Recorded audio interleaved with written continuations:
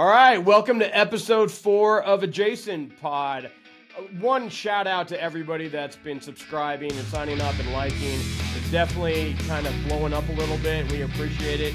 I think what's exciting about that is obviously we touched on something that hit a nerve with people, and they got people wanting to tune in every week. And I think it has a lot to do with just being an entrepreneur and what that means and how hard it is, and talking to people that have been through it and what are the lessons that other budding entrepreneurs can learn from that experience. So I really appreciate it. And I've been kind of yelled at because I always thank our sponsors at the end.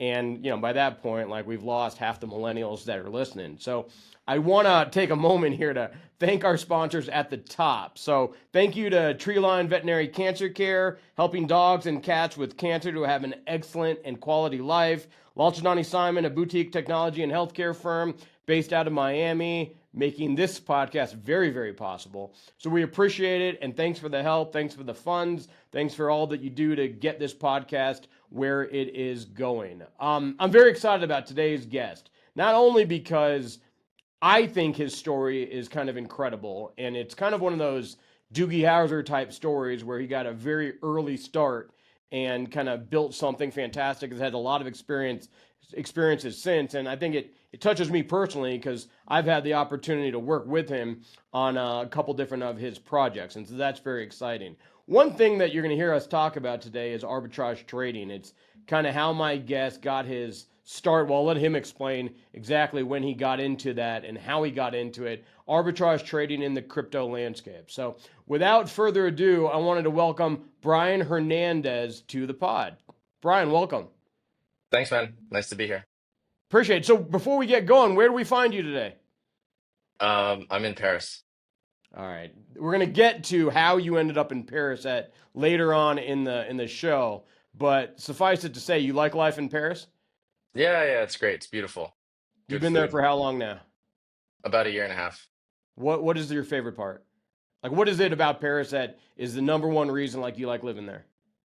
There's definitely not one reason. I liked almost all aspects of it. Like, it's very comfortable to live here. The food's great.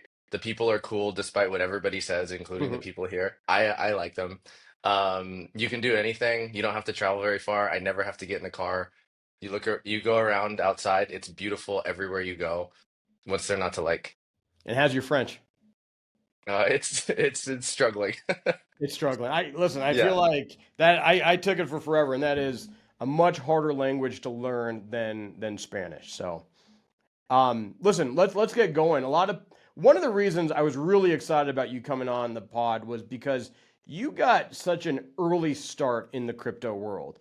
Give us, if you could, and for our listeners, this genius of a man is coming out of MIT, did some great things. What did you do right coming out of college? Coming right out of college, I was trying to get more experience, like traveling the world. I wanted to see more places. So I continued with my work in biological engineering and tried to get jobs in different countries. So I went to Israel, I went to Spain, Wow. I went to India, and I went to France. And that was actually when I fell in love with France. And then after that sort of spree of traveling, and I was working the whole time, I went back to Boston to work at the Broad Institute on cancer genomics. Wow. Um, and So what yeah, I did you really like. study at MIT? I started in math, but then I finished in biological engineering. I wanted something a little bit more applied to everyday life for people.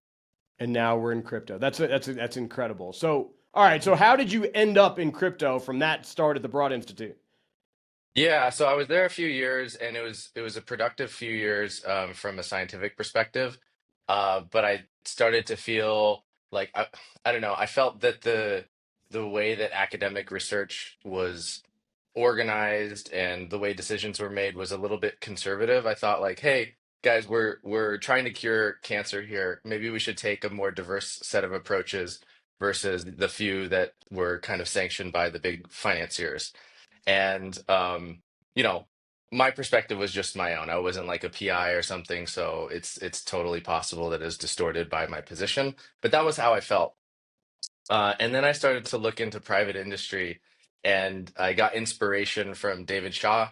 I got inspiration from Jim Simons, and I'm like, hey, they're using all of the money that they made in finance to fund their own scientific research in the ways that they thought were the most sensible at the time. So David Shaw, especially, right? Like he built DE Shaw, made billions of dollars, and then he took all that money and wanted to finance protein folding research. And protein folding research at the time was thought to be like the holy grail of medicine. If we could figure out how proteins were going to function just based on their amino acid sequence, we could design any kind of medicine for any kind of disease.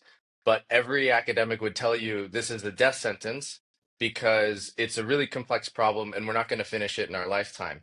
So if you work on that research, you're not going to be able to publish enough to stick around in academia and you're going to perish. So people would work on more proximate goals, even though that people really believe that this is the path to curing like all human illness. Sure. Now he's a billionaire and he could do whatever he wanted, and I thought that's really inspiring. Like a route to take, which is like make a bunch of money and then work on the problem that you think is the right problem to work on, not what's the practical problem from a academic career perspective. So you So wanted to become a billionaire yeah, to do it your way. I wanted to start my own science research institute, and you need a lot of money to do that. Probably didn't need $1 billion, but I needed to learn how to make money, and I had no idea about how to make money. My whole life, I was not interested in business. I was not interested in finance. I was interested in science. I didn't So knowing you for a long time. I didn't know about these benevolent undertones that sent you into the world of yeah, entrepreneurship.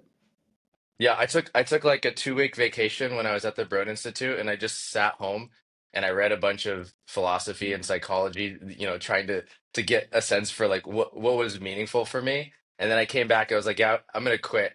And I didn't have it all figured out then, but I knew I wanted to move in that direction.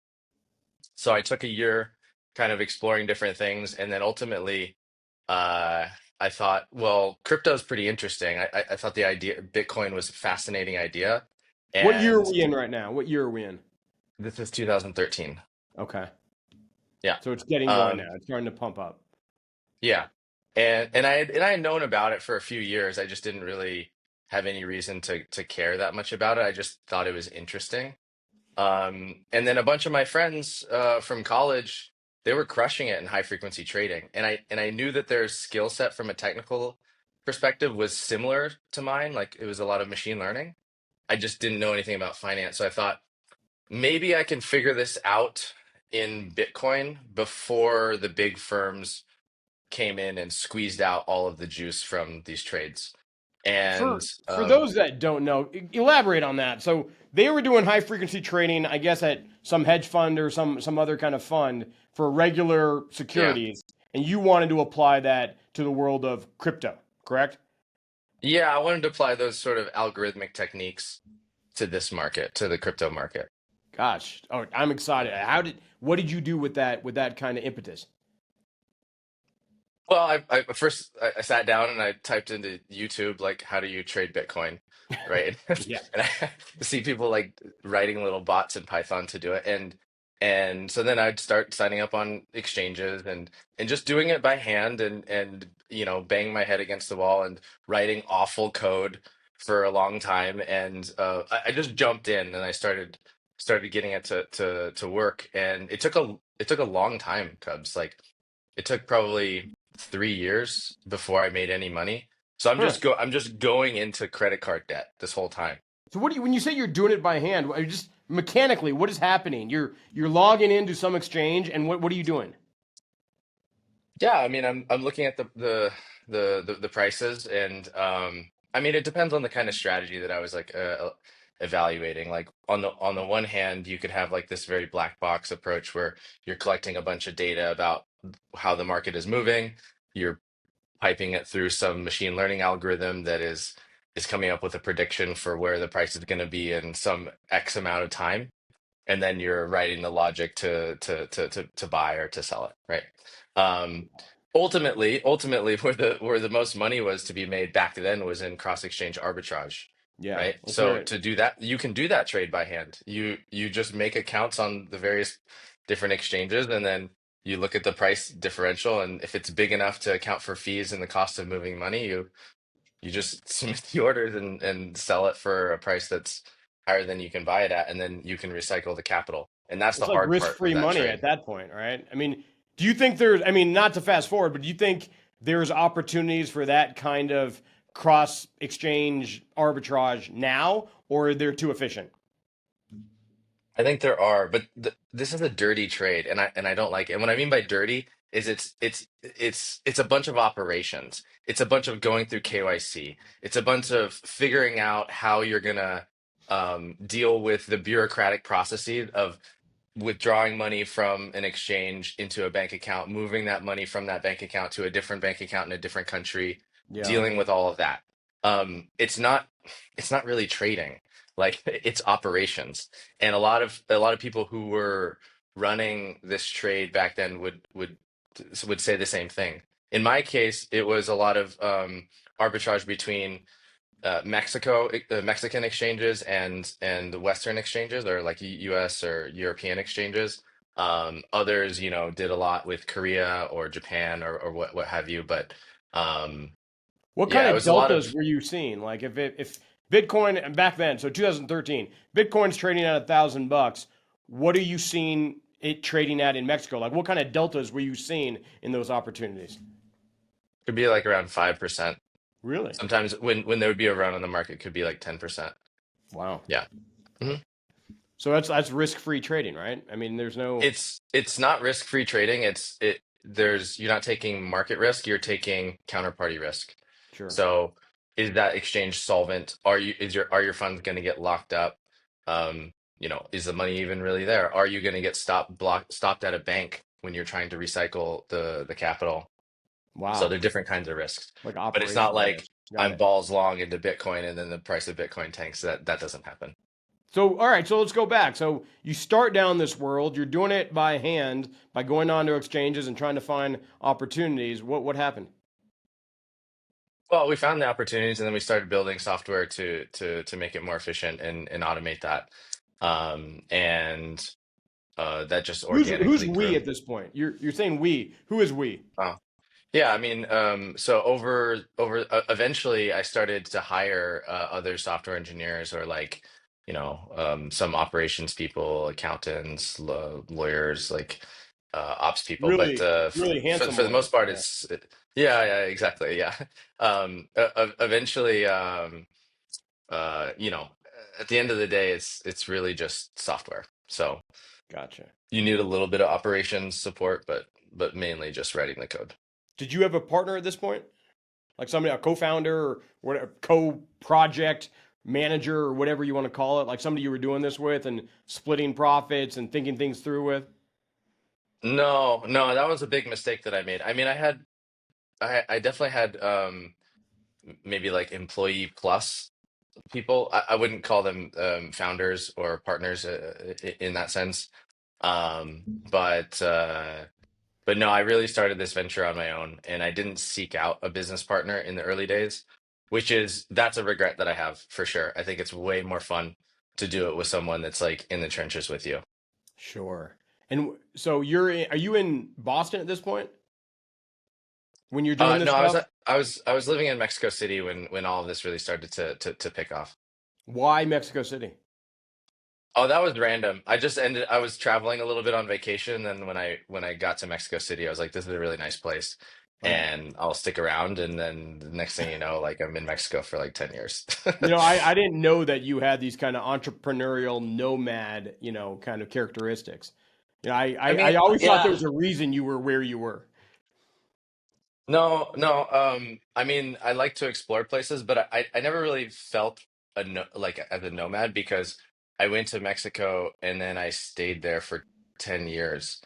I, Wow. I lived in maybe two different cities when I was there, but no, I like to put roots down. That's amazing. For another podcast, I want to understand like how you pulled that off visa wise and everything else, but not for Sure. this one. So anyway, so Yeah, you're sure. trading. You have a software platform that's. I guess did you get to the level of high frequency trading on one of the exchanges, or what happened? I mean, I was certainly developing strategies with various levels of success in what you could consider a high frequency trading model. The most money was made in arbitrage, to be perfectly honest. Um, Break that and down. So what kind of trades were you doing that resulted in you starting to make some money, the prices converging or whatever it was? well, it would be the triangle between like Bitcoin, peso, dollar peso, and then Yeah. dollar Bitcoin. Wow. So you buy Bitcoins in dollars and you buy them at, say, 100, and then you sell them for 105 dollars worth of pesos, but then you have to Yeah. convert the pesos back to dollars and then do the whole thing again. How long does that take? I mean, like with the practical reality of having to do Yeah. that, you can affect the sales, but you tell me. So mechanically, you open up whatever. Were you using Coinbase or what were you using to trade in the US? Yeah, we Coinbase, Kraken, Gemini, Itbit at the time. So you're Um, depositing fiat into one of those exchanges. You're mhm, purchasing 100 in Bitcoin on yeah. one of those exchanges. Then you're Mhm. offloading it into a wallet. Is that what you're doing? In reality, you have Bitcoin in both locations. So I already have Bitcoin on the, say, the Mexican exchange Bitso. Um, and I'm selling it at the same time as I'm I buying see. in the I see. States. So you work with some set of inventory of Bitcoin that you're going to take exposure to. But that way you can always keep the amount of inventory the same in real time, and then you just have to move the money back to the location where it's going to, in the case of Bitcoin, you want to move it to the exchange where you can sell it for the most. In the case of Sure. dollars, you want to get it to the exchange where you can buy for the least. That's insane. So how like to execute one of these trades, is it just moments or is this something that takes some time with some of the operational thing administrative things that you need to do? Um, So the full cycle would take sometimes as quick as a day, Yeah, um, as slow as like a week. But the trades are instantaneous, sure. at least when the exchanges were functioning. Yeah. And this is like, these are early days, so a lot of crypto spot exchanges suffered from having product market fit, which means that they would get inundated by requests when the price of Bitcoin was going somewhere, and then their systems would not function super smoothly.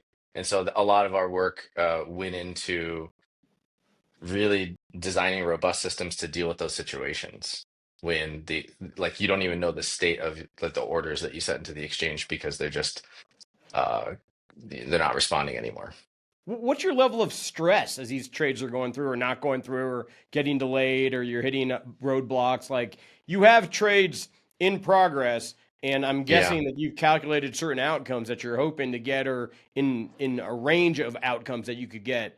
And these things Mhm. are all held in flux. How do you deal with that from like a mental standpoint? Because Yeah, it's like an 8 or a 9 out of 10 in terms of stress. is it really?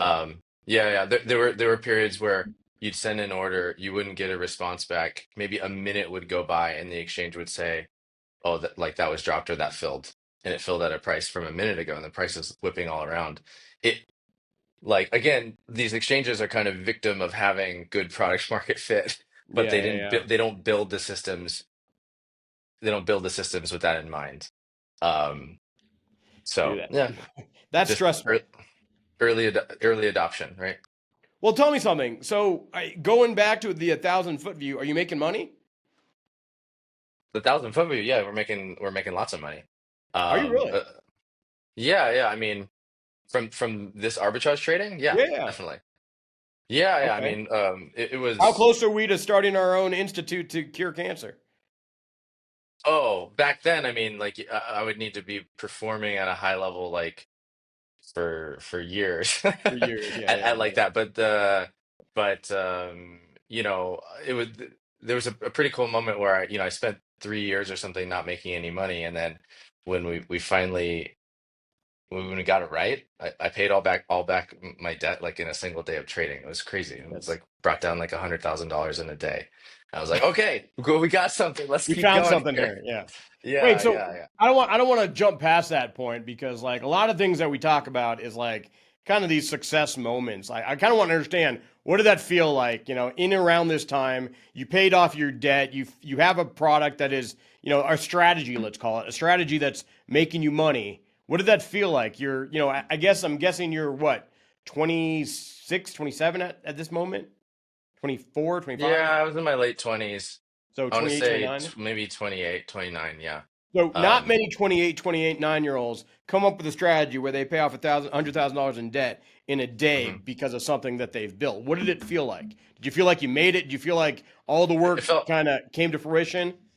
yeah, it felt good. It felt good. I was like, well, if this is the only day that I make money, at least I'm not worse off than when I started. Yeah, it's got to feel Uh, great. That's got to feel but great.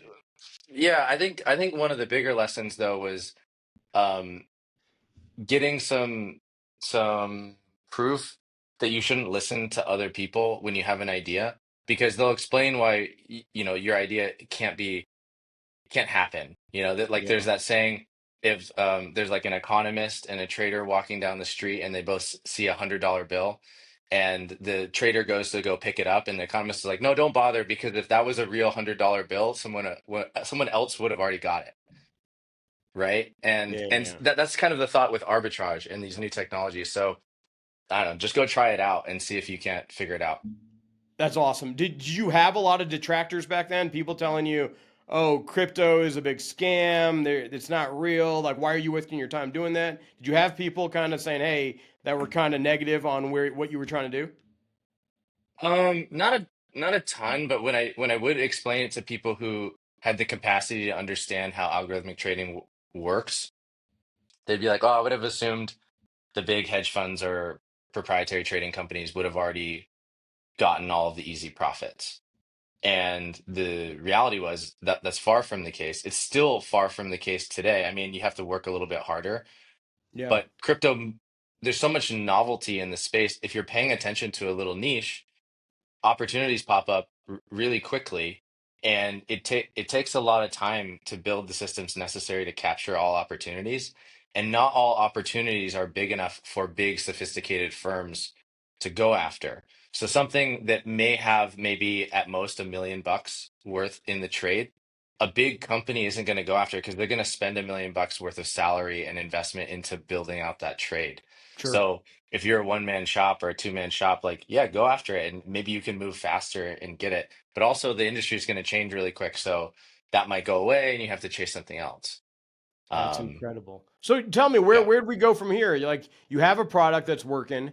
I know that you face some challenges. So kind yeah. of what was your thought process going forward? I feel like it's a momentous moment because you built something, it worked. Maybe this is the first time that that's happened where you're making money, you've built something, you're 5, 6 years out of college, and so where did you go from here with that kind of confidence that you had gotten from that experience?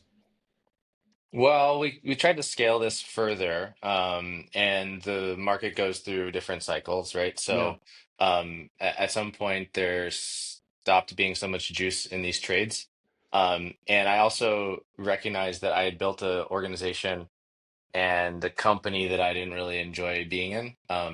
I was kind of an octopus, right? I had to be involved in all aspects of the operation. I was like, this doesn't sure. scale very good. I don't like being a solo founder. We're not making as much money as we were before. I'm having to get involved in so much more legal bullshit than I really care to be involved in. I'm not doing what I'm good at. So I decided to pursue like another opportunity with my current co-founder. And we wanted to build a product that was like, had better scaling properties. I mean, you can make many billions of dollars, operating a successful, prop hedge fund. We wanted to build something that could be used by everyday people. Um, that's the problem of proprietary trading, is like your code doesn't see the light of day. It's for you. That's why it's called proprietary, right? You're not building a product for anybody else.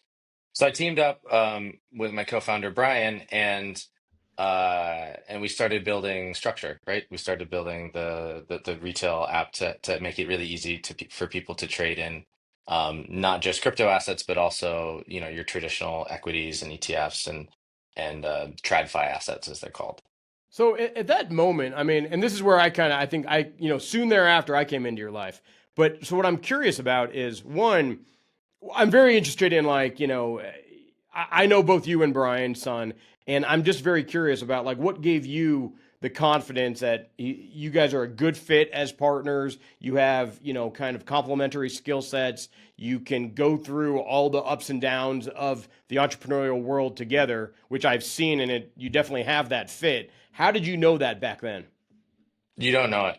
I mean, like we talked for maybe about a year, but like loosely, and then we kept iterating on ideas and, had a lot of phone calls and stuff. And, you know, we laughed a lot on the phone. Like Yeah. there's a clear sort of meeting of minds in terms of the way that we saw opportunities and the market. So there was a lot of resonance there. But you don't know how things are going to work out when shit starts to get difficult because Yeah. how did anyone know that? It's just something worked through over time. Okay. So talk to me about structure. Like you have this idea, you start to build, you raise some capital.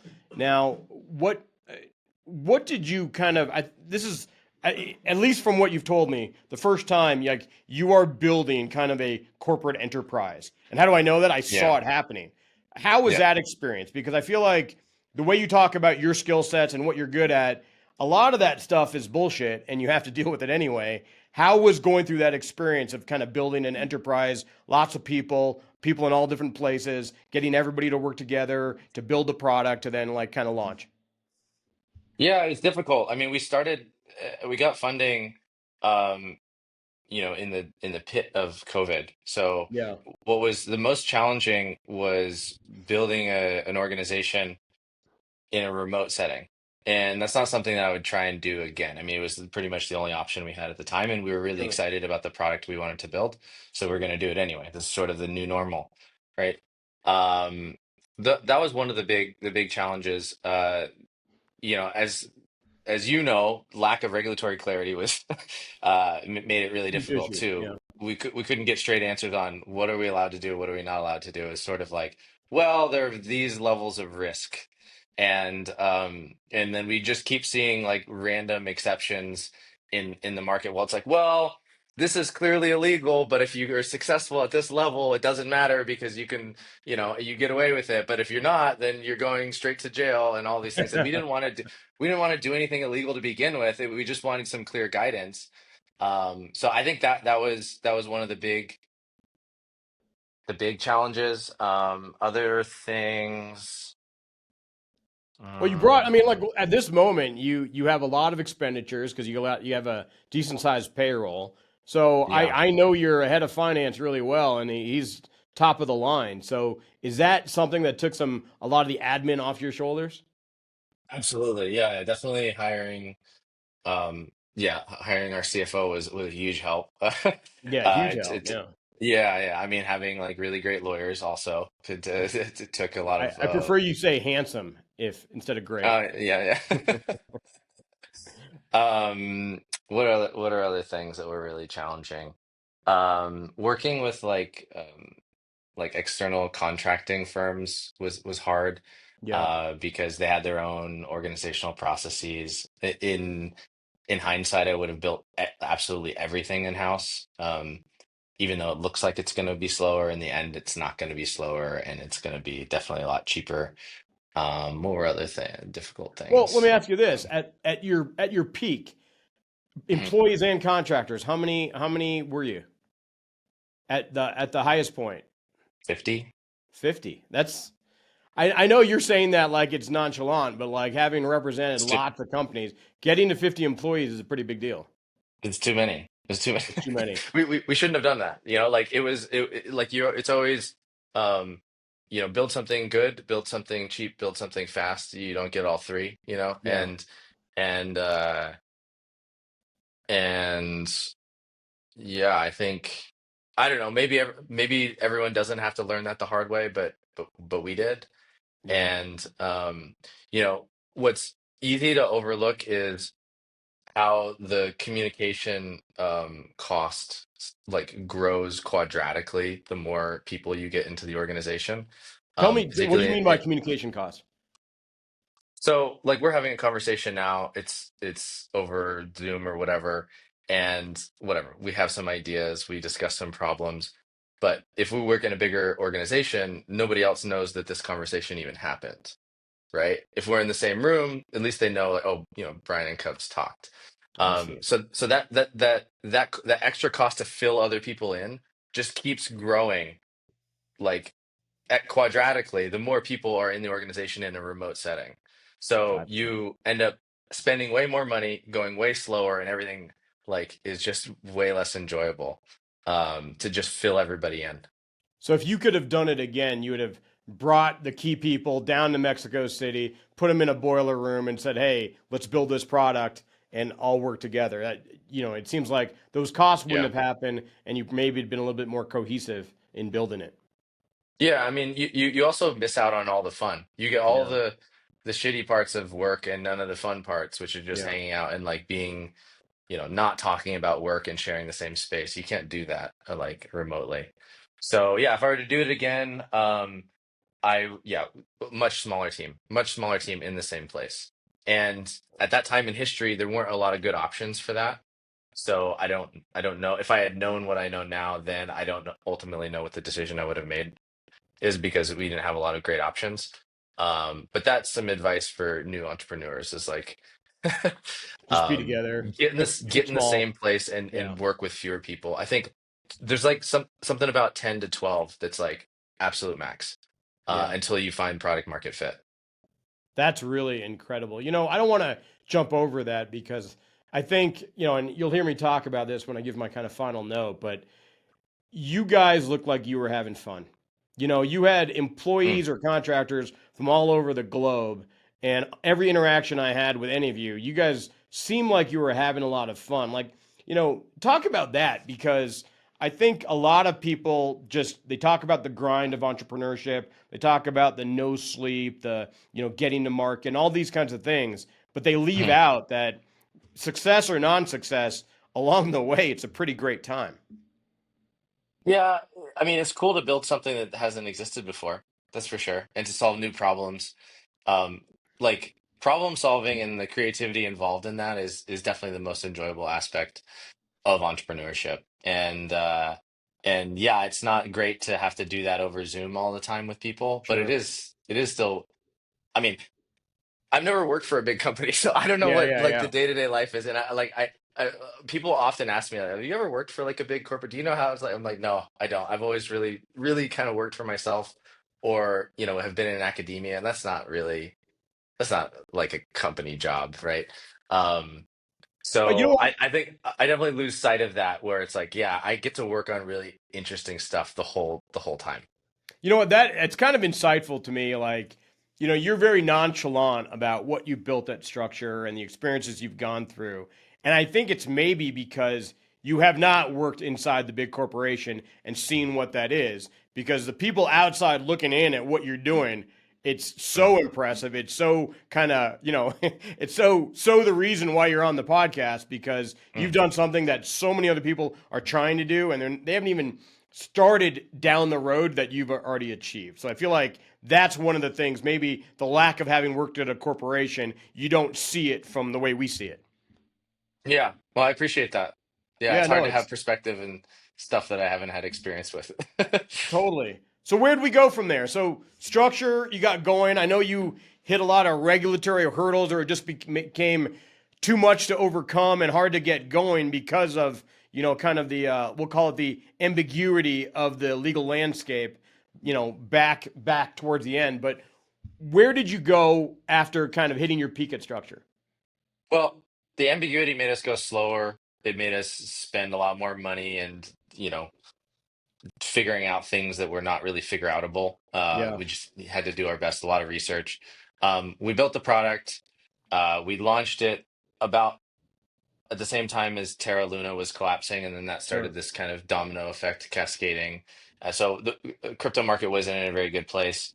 Our burn rate was really high because we were running like a very buttoned up, compliant organization. Yeah, yeah, Working with regulators, like trying to be the Coinbase of this new sector we were pushing off into. And ultimately, like we weren't able to acquire customers cheaply enough to justify how much money we'd expect to make from them. So sure. after after giving it a good try, we ultimately decided to close down that product, and to research new directions, which at the time, and we still believe in this, focusing more on DeFi was seemed like a more practical direction because you can succeed in DeFi without building such a large organization from a like human capital perspective. And we could focus on what we felt like we were uniquely good at, which is writing really good trading systems. Gotcha. So give us, a little bit of the mechanics, to the extent you can reveal what you guys are working on. What are you building right now? So we're building a DEX that is trying to correct some of the problems that we see with almost every DEX that has come out into the market. We believe that there's really one main customer that's been sorely overlooked. That is what I was in the beginning of my career, and Bryan also, which is algorithmic traders, systematic Sure. traders. These are the customers that do the most volume on any exchange around the world. And when you go through the experience of integrating with exchanges, whether they're centralized or decentralized, you realize like there's just so many mistakes that they make that end up costing you a ton of time and money in just fixing their problems or building systems that are robust to those idiosyncrasies or fragilities. um, the net impact is that we can do less business. The barrier to entry is way higher for these types of customers. That's one kind of problem that we're trying to address. Another is like when we see some of the applications that have done really well in DeFi, such as Athena. Like Athena is a really cool product. Athena is not able to operate in a purely decentralized way, um, because the underlying decentralized exchanges haven't been built for that use case in mind. I got it. So, well, we think that's a very important product or application of DeFi. So we want to build an exchange that facilitates those types of applications to be built on top. So when Um, do you think you guys are going to start rolling out a product? I don't know. No, still so far out. Yeah, I mean, it's feasible by the end of the year. We can have Okay. something that's like usable, but e- engineering timelines on stuff that's never been built before are always really difficult to to estimate. So Yeah. I don't feel comfortable saying like, oh, No, no, by no. this time, like we're We're definitely not gonna have looking to make something. news here today and say, hey, it Yeah, came sure. back and he announced on Yeah. the Jason pod. But before I go into some kind of the outside the crypto world stuff. Well, one, let me ask you this: like, crypto's gone through several iterations over the last few years, huge changes in the regulatory landscape. Like we're constantly learning about where we're going, and what's kind of cool is we now kind of have a hand in where we're going because there's a lot of request for information and ideas that's happening right now about how Mm, this area should be regulated. What do you mhm. see based on like kind of the industry so well? Where do you think, whether it's crypto or DeFi or these kinds of, companies built on these technologies, where are they going? Is this something that's going to explode? Is this the AI of the world and like everything is going to be run by AI going down the road and everything's going to be built on the blockchain? Or, for people that don't understand what crypto is or what blockchain technology is, how would you characterize it as its role in our future, in our business future? That's a really hard question. Yeah, no, it is. Um, I feel like I had a hard time asking it. So, but it's just no, one of the things. yeah. What I'm trying to do is you understand this world so well. So, where do you think we're going to go? Because you're putting a stake in it. You believe in its future. Otherwise, you wouldn't be doing these things that you're doing. So, what makes it so robust and a concrete part of our future? Well, at least within DeFi, I mean, I can't speak like for all of Web3, Sure, but at least within DeFi, like financial services are kind of essential services for being a human in the world, right? sure, You sure, can't not deal with finances. sure. So to have systems that can be like access without permission or without censorship is always going to be like very appreciated by a large amount of the world. So what we're trying to figure out is like the right form factor that to meet people's needs most directly. And interfacing with the legacy financial system is like that. I mean, that's really where all the innovation is happening. I think where that's making the biggest impact is in that interface. Um, and as the more capital flows into that ecosystem, we'll find more and more interesting things to do with it. But like arbitrary programmability, it's like you can do anything. Yeah. So where is it going to go? Honestly, I don't know. I don't know. Like I think you're gonna see more everyday what people are already doing in the traditional financial ecosystem with credit card companies and banks and loans and all of this stuff, you're going to see more of that originating from DeFi directly. Yeah. But I think for a lot of people, they won't be aware that that's what's under the hood. Yeah. So that's as much as I can say. No, that's good. That's good. I Yeah. feel like a lot of people, I think I had Sumit Chugani, who works at Cloak last Mhm, week, but he's former Coinbase guy. I mhm. think his answer was, I think the security is a big role for why DeFi is such a big thing. It's a little bit more safe when you're dealing, with financial transactions. Is that an angle that you see a lot or not so much? Mm, I don't think I think for most people it's less safe because it's not a technology that they understand deeply enough. Sure. I think for someone who's an expert and can go and look at how the services are being implemented and executed, maybe it is safer.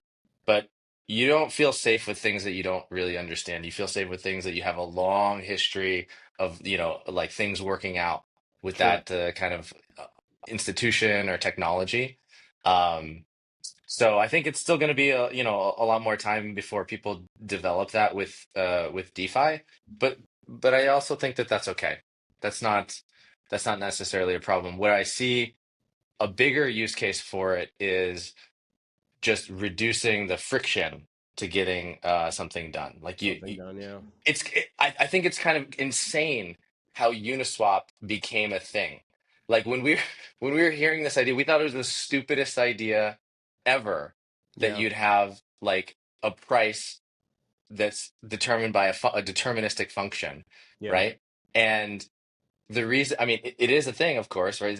Wildly successful just because of how easy it Sure. is for people to use. Yeah. And that's something that like all of us kind of overlooked in the early days when it was first coming out as an idea. So I think DeFi lends this to the world right now. Is I have my wallet and I'm comfortable using my wallet and I want to go do this thing and I can just push a button and it's like shooting an email or something. So so yeah, that's what I think. Well, listen, we're going to go into our last segment here. And again, a lot of what we're trying to do on the podcast is expose young, budding entrepreneurs to people that have kind of been through some experiences and try to help them get into your head a little bit. And so these next Okay. questions are less about crypto and more about kind of the way you think, who you are, what you've learned. So the first question I have for you is, you know, you came out of MIT in what? In 2000 what? 2009. All right. So now imagine you're coming out of MIT in 2025. What are you doing? What are you going to spend your time doing? With everything you know now, you're graduating Hmm. now. What are you doing? Yeah, so I would follow my nose as to what I think is just fascinating and interesting. And then I would be trying to find a group of people that I like working with and that I Sure. admire and want to become more like. I think that's something that it took me a while to realize the wisdom in that. It's like the problem matters, so you need to really be interested in it, but the group of people you work on it with matter just as much. Yeah. Um, and so that's what I would be doing if I was graduating now, is like finding a great group of people that are working on something that you care about. You know, I think I spent some time with you at Structure, and I feel like in a lot of senses you found that because it was just fun to be around you guys. You know what I'm saying? Like you guys like to work with each other. I have this memory. Did you build some philosophy project while you were kind of in the midst, like of kind of you were making your pivot away from the securities, the tokenized securities, and somebody told me that you were working on some project where you guys were like scraping, lessons from Nietzsche and all these other Yeah. big thinkers. Do you remember? Is that was that Did that ever become a thing? Yeah, I mean that was a passion project that like a friend of mine's a philosopher.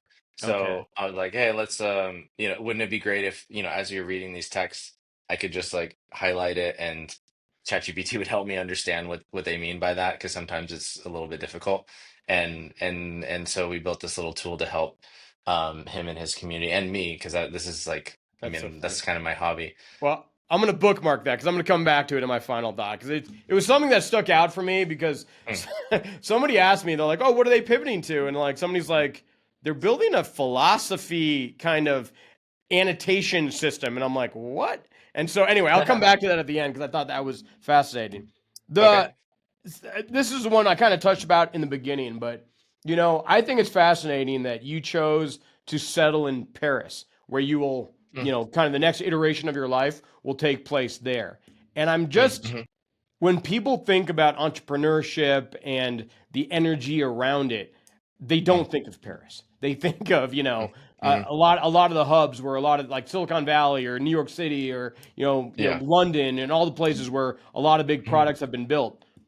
Yeah. How is Paris adding to your kind of where you are in your entrepreneurial life? So I moved here because I knew I liked France and Paris is like the big city and it has Yeah. kind of everything to offer.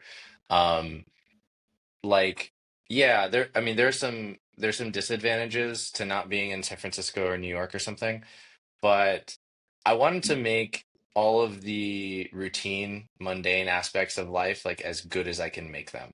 So when I walk outside, do I like where I am? When I go, to work, do I like that experience of getting to work? Um, when I look outside my window, is it a nice view? When I eat lunch, is the food good? Like all Yeah. these, the Tuesday afternoon experience, like if you can make that as good as you can make it, that's a good life.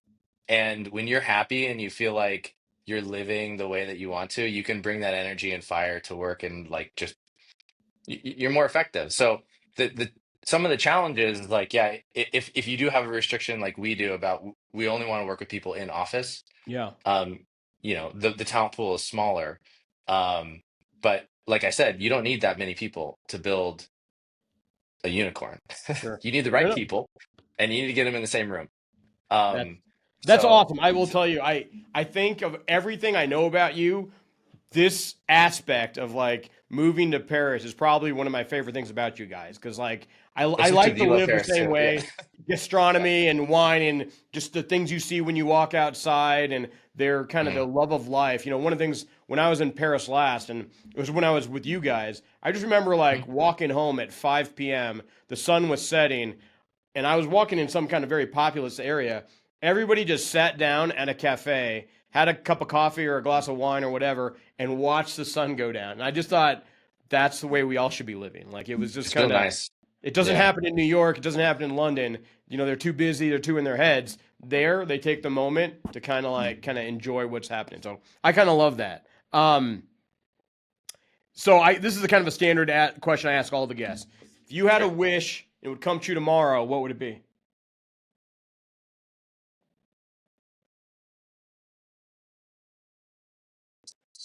Um, okay, so the two things come into mind. One, because I just love big disruptions because I Okay. think it's fun and it creates a lot of novelty. So I think one thing I could wish is like whole financial system now decentralized. Like if we did, if there was no legacy system and like we just really embrace all the decentralized technologies and just put everything on there. I'd love Sure. to see that reality. The second is more of a sociological one, which is I don't know if we have time to get into, but I truly believe the world would be a better place if people kind of let go a bit of their ideologies, just like kind of fucking chilled out and just focused on themselves, their friends, their family, what they can actually physically see and touch on a day-to-day basis and disconnected from these big abstract ideas all the time. I mean, that's really at odds because finance like is super abstract. But yeah, I mean, if you're giving me a genie wish, like I'd love to see a Absolutely. world like that. What's funny is we've your episode 4, and I feel like that theme of like focusing on yourself, your community, your family, and trying to get away from the divisiveness of the world is a theme that runs through all four of the episodes. It seems like, Mm-hmm. if somebody was trying to develop a message of what people should be doing, that Yeah. keeps on percolating, and so there's probably something to that. Um, Yeah, I think if you're not really healthy and happy, like it's illogical to not be that. yeah, So if you're living your life in a way that doesn't result in that first, and for your family and your immediate friends, then there's some ideology that's exploiting you, yeah. and you should let go of that. That's incredible. Well, that's a tell for everybody to kind of look internally out there and say, okay, am I happy? And if not, maybe start thinking about some of the outside effects on you. It's a great lesson. This one is a favorite. What's your favorite moment each day? Um, yeah, again, too, I'm cheating because I'm giving you multiple for the favorites, but I love getting into work and getting my coffee and seeing my team, Yeah, right, and being like just hearing how their weekend went, their days went, what they're interested and excited about, like locking in, and I love going to the gym and working out and doing athletics. Those are my favorite parts of the day. who is your team right now, or how What many is is your me? team? Say it that way. How many are on your team Okay. right now? So we're up to 7 in the office, Okay, and then a couple people who are work remotely awesome. because they don't have the choice. Well, I'm gonna book it sometime this summer. I'm gonna come and spend some time with you guys. That's Please awesome. do. Awesome. Yeah. Um, and then this one is kind of melds with the final question, but kind of the biggest lesson from your ventures thus far. You may have already hit on it, but if there's anything you haven't hit on, what is the lesson you've taken away from everything you've been through? Hmm.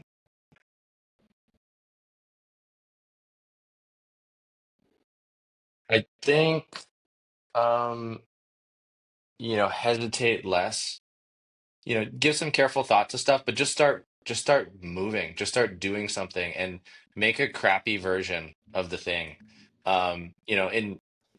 In university, like we do this all the time. You build these little toy models. It's like before I teach you the equations for the procession of this complicated gyroscope thingy, just like hold one and play around with it. Yeah, It's weird, it's counterintuitive, but develop that experience. So with like arbitrage trading, just go fucking click the buttons and start do it by trading. Yeah. yourself. Get the experience in doing it. I think this applies to every aspect of entrepreneurship. You know what's funny about that is, Justin, who you know really well, and I were chatting one day, and we've dealt with so many different issues in the world of crypto and blockchain and all these things over the last 4 or 5 years. We were chatting one day, and he's just like, you should start a podcast about, talking about all the things affecting crypto. And so I started thinking about it, and then Justin calls me up and he's like, just do it. Don't Just stop do it. thinking about it. Just start doing Yeah. it. So it seems like consistent with what you're saying is like, don't hesitate. Just go start doing it. You can fix anything, and really, what can go wrong is very minimal. Yeah, it's like if you look back at what you did a year ago and you're not embarrassed, then you're Yeah, fucking up.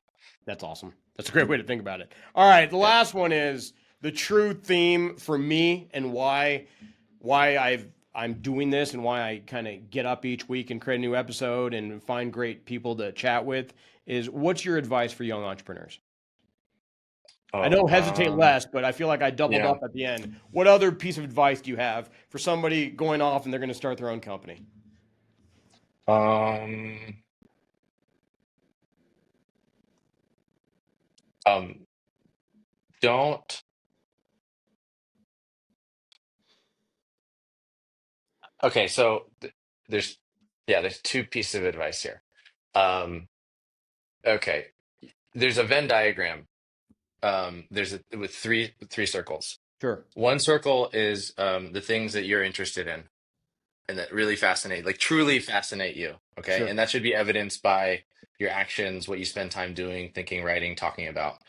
Um, there's another set that is the things that you can do, that you're like uniquely good at, right? Okay. That you might be interested in a lot of things, but you have no background and expertise there. So you can go develop it, but you're not ready to be an entrepreneur in it yet. Just go become an expert at it. That's the second thing.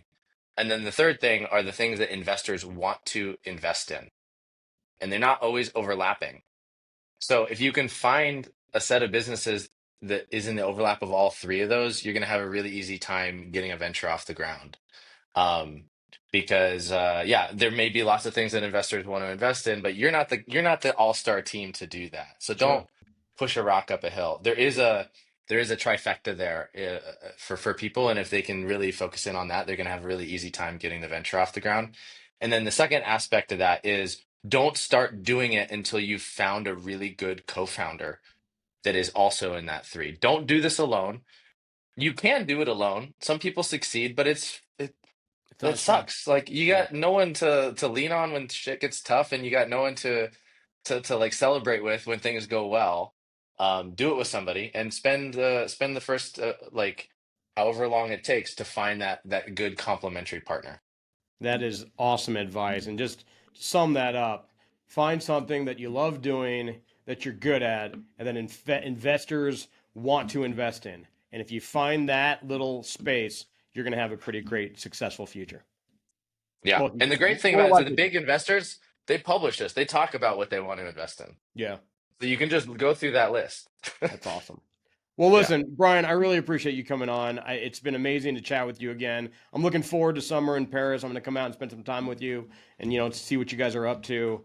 So at the end of the show, I do this kind of segment, which is kind of like, you know, all the people that come on the podcast, I have worked with in some fashion. I've known for a really long time, and we have like commonalities in our lives. And so what I try to do is say, okay, here's what Bryan Hernandez kind of symbolizes to me in working with him. And I go back to, for you, I go back to this moment where your team had a kind of their meetup in Paris. And this is like 2 or 3 years ago, right? And a meetup Mhm. in Paris. And I said, you know what, I kind of want to be there for that. So I came in for like I think 4 or 5 days of it. And when we were there, I kind of interacted with you from in brainstorming sessions, in discussions and meetings, but also in kind of the social world and just trying to I felt like I was an observer to what you and Bryan had built. And the thing I took away from that was, in a kind of a very cheesy Ted Lasso esque way, your guys' natural curiosity for things is what just I loved. We could be talking about your product, what you were building. We could be talking about the wine we were drinking. We could be talking about food or travel. And everybody that you kind of surrounded yourself with had this really kind of exciting curiosity about everything. And I think that is definitely comes down from you and Bryan, because I think you guys embody that kind of curiosity. So when you interview people and you bring them onto the team, I think inherently you're looking for that same quality. And I think that curiosity is what kind of drives the energy in an entrepreneurial company, because you're it's not work, because you're just satisfying your curiosity as you go down these different rabbit holes.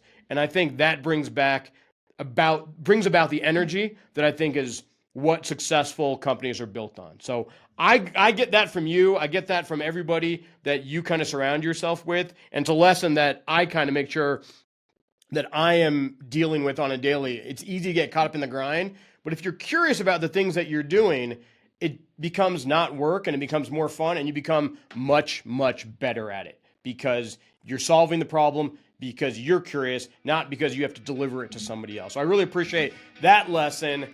Thanks for coming on the pod. It was great to have you. Looking forward. Maybe we'll do this. Maybe I'll get it set up so we go back in studio in Paris when I'm there this summer and we get an update on Yeah, what they're up to. that'd be awesome. Yeah, you're welcome anytime, Cubs, and thanks for having me on. Awesome. Appreciate it.